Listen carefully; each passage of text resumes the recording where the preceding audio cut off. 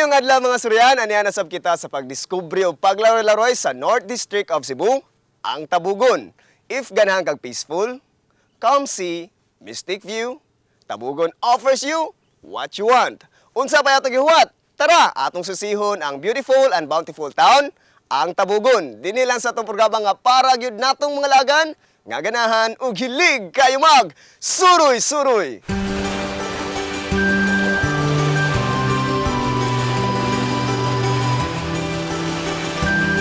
Ang lalawigan sa Subo daghang ikadalit nga mga unique and exciting experiences, ilabi na sa kadto mga adventurous in spirit. Ug sa mga lungsod ug syudad din adunay mga fantastic activities, syempre, usa na niini ang lungsod sa Tabugon. Welcome ang mga televiewers sa Tabugon.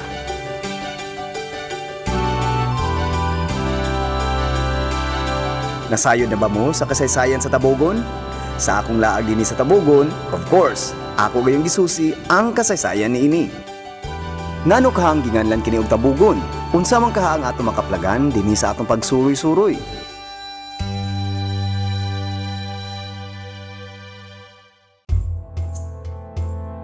Ang istorya kabahin sa Tabugon, napasapasa na sa mga katigulangan sa mga milabay na nga mga panahon.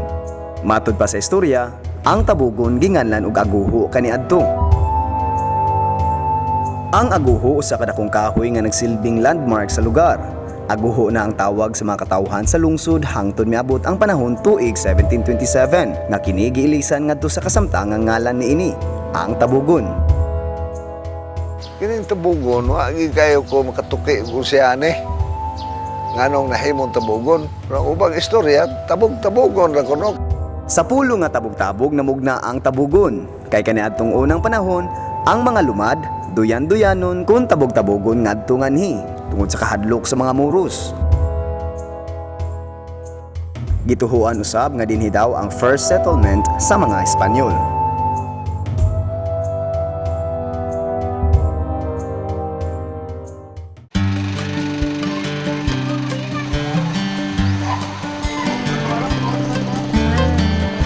Nahimutang ang lungsod sa Tabugon sa amin ng Subo. Mga duha ka oras kining biyahion gikan sa sentro sa Subo. Pinaagi sa pagsakay og mga public buses sa North Bus Terminal o private vehicle, mabot na nimo ang malinawong lungsod sa Tabugon. Sa akong paglaroy-laroy sa Tabugon, ang una gyud na akong gibisita mao ang ilang simbahan. Ang sentro sa Katolikong pagtuo sa mga Tabuganon, ang San Isidro Labrador Parish. Kanus amang kahakini nahimong parokya. Sumala sa history nga libro nga gidedicate to Pope John Paul II ato pag-ani niya 1981. Ang dili gyud kaayo detalye ang iyang history, pero sa akong nakita sa akong nabasahan nga natukod ni 1877. 1877. Niya. Pero dito wala gikan dito 1877 wala jud kay detalye kayo. So dito na sad ang reconstruction sa simbahan ato ng panahon 1939 by Father Alejandro Lienas. Ang original simbahan ang diri sa Tabugon kanang kumbento karon. Dito na so gi-transfer na sa ni kay gambay ra man dito, so possibly mao siguro toy original yun gitukod ato sigurong 1877. So ang karon ang niya na to karon mo na siya ang new construction na ni atong 1939 niya gi-renovate pagka 1954 by Father Norbing Llanos. Every Sunday no na may 4 masses Sunday. So sa morning duha, unya sa hapon 5 sa hapon do na sa usa. So nasa ko misa to man na bingo. Pero sa simbahan tulo ra gyud ang misa. Ang mga barangays lagi magod man ang mga tao di jud permanente makaari diri. So ang akong gibuhat imbes maghuwat ko sa mga tao din sa simbahan, ako'y moadto dito. Reach out ba. Aron mas convenient nila magsimba. Nga adto silang barangay, inabay ako may mahago sila sayon nila. So imbes maghuwat ko diri sa simbahan sa mga tao, ako'y moadto nila muna mostly ang misa na mo diri Wednesday sa afternoon o sa Friday sa afternoon. Alas 5 sa hapon. Pero Inaron mga weekdays to ako sa mga barangays. Akong dagag monthly mass ang mga barangays. So, masayon nila dito pagsimba.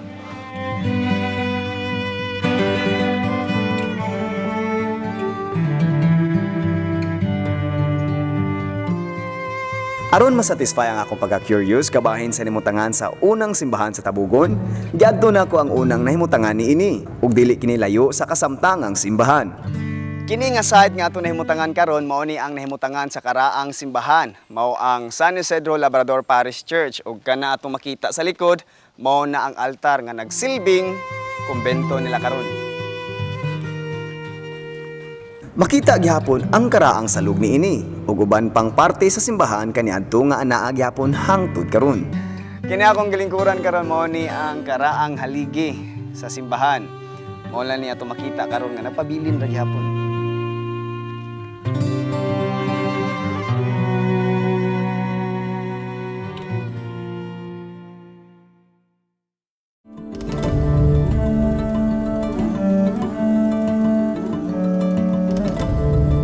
Laing heritage site ang akong giadto ug karon duol kini sa highway. Nata karon sa Barangay Kaduawan ug kani nga dapit dinhi ni surrender ang mga Japanese panahon sa World War II.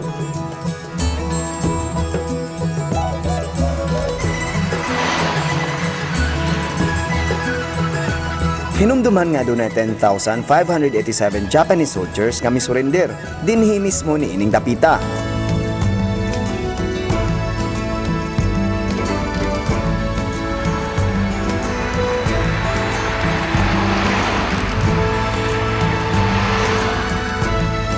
Sa atong pagbalik, mao ni ang likod sa ancestral house nga atong giadto ganiha ug tungod sa karelihiyoso sa tag-iya, himuan gyud niya og garden.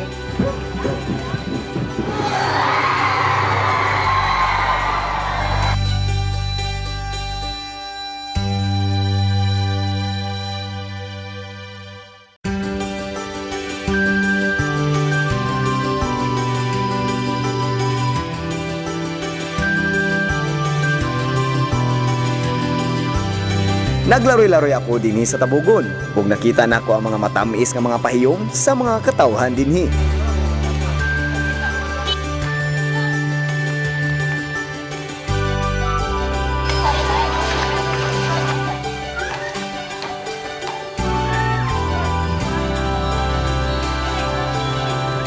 Samtang nagsuri-suri ako dinhi sa Tabugon, mihapit ko ani mga heritage houses nila. Kini mo ang Barangay Poblasyon Cultural Heritage, ang Rumagos Ancestral House.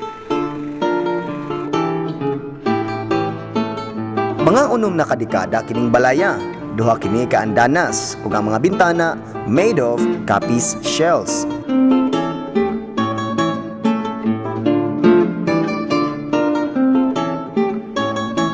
Laing heritage site na usab ang akong giduaw ug dili kini layo sa nimutangan sa Rumagos Ancestral House. Mao kini ang Nis Negapatan Ancestral House ug more than 200 years na kini nga ancestral house ug hangtod karon naara gihapon niya sa karaang panahon nagsilbi usab kini nga eskwelahan ug ospital.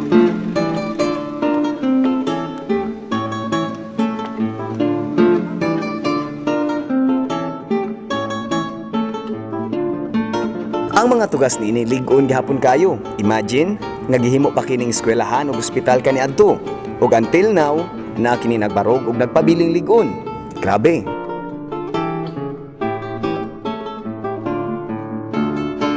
Nata karon likod sa ancestral house nga atong giadto ganiha ug tungod sa karelihiyoso sa tag-iya nga si Doña Liling, iya gyud gihimuan og plaza ug gruto ang likod siyang balay.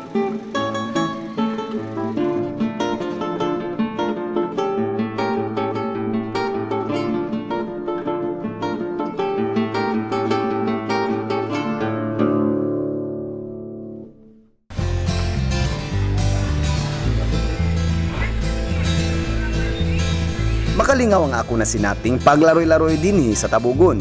Ug aside ana, mihapit usab ako sa ilang public market. Ang terminal ug ang public market dinhi sa Tabugon maoy entry point sa tanang aktibidades nga maoy nagpalambo sa ekonomiya ug turismo sa lungsod sa Tabugon.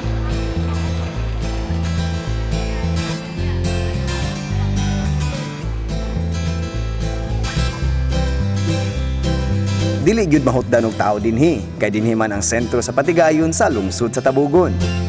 Adunay daghang mga tindahan ug aduna usab kay makita mga motor nga gitawag nila og habal-habal.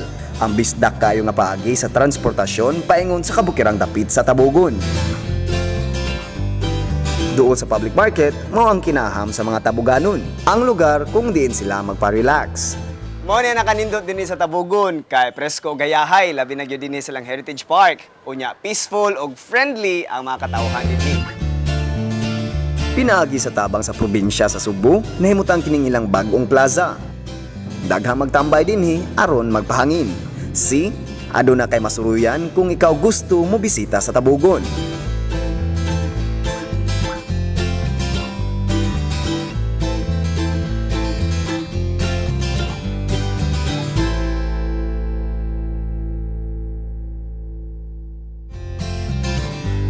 Gawa sa Heritage Park nga napahimuslan sa mga Tabuganon, aduna sa ilang edifisyo nga gihimo dinhi pinaagi sa pagtabang gikan sa lalawigan sa Subo. Ang programa nga gikan lalawigan sa Sugbo nga akong gipangayo sa gobernador mao kining cover court number 1. Number 2 kining mga fire truck gihatag na nako, may ambulance. Dunay makina sa TISDA sa welding machine 5 ka buok. Dunay say 5 ka buok nga makina sa sewing machine. Ubay-ubay kining building sa kuan senior citizen sa probinsya kana. Kining heritage sa kang Gwen. Yan ang hinatag nako.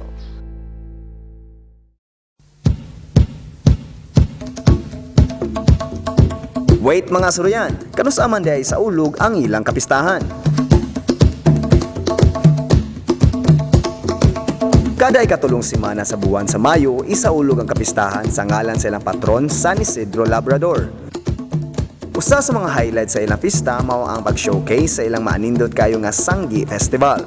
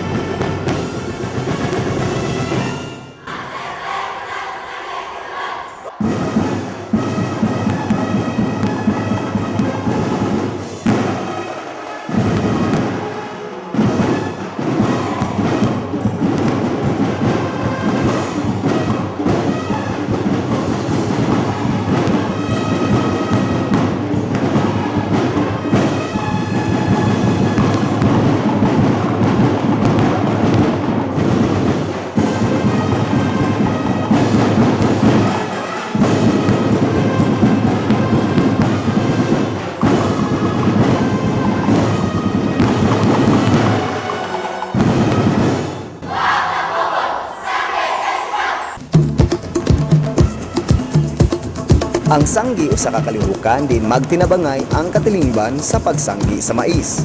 Ang maong kasaulugan naghulagway usab sa pagtagamtam sa katawhan sa naangkon nga kalampusan nga mao'y bunga sa ilang paningkamot.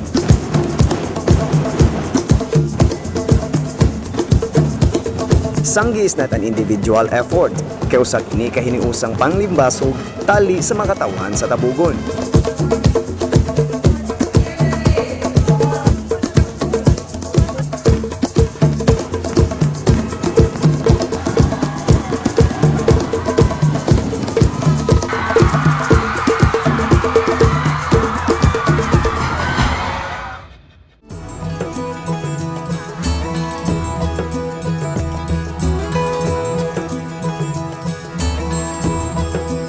Daghang manindot nga experience ang ako nakaplagan og natagamtaman dinhi sa lungsod sa Tabugon.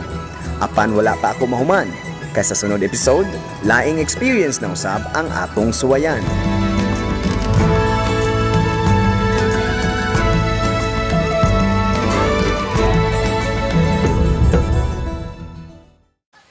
Sulit kayo nga experience ang ato na sinati dinhi sa matahom nga lugar sa Tabugon. Dili lang kay adventure atong nakuha, kundi nakat-on pa usab kita sa daghang higayon sa kultura ug kabilin. At ang iunya sa next episode kay maglaroy-laroy usab kita dinhi lang sa Suroy-Suroy Tabugon.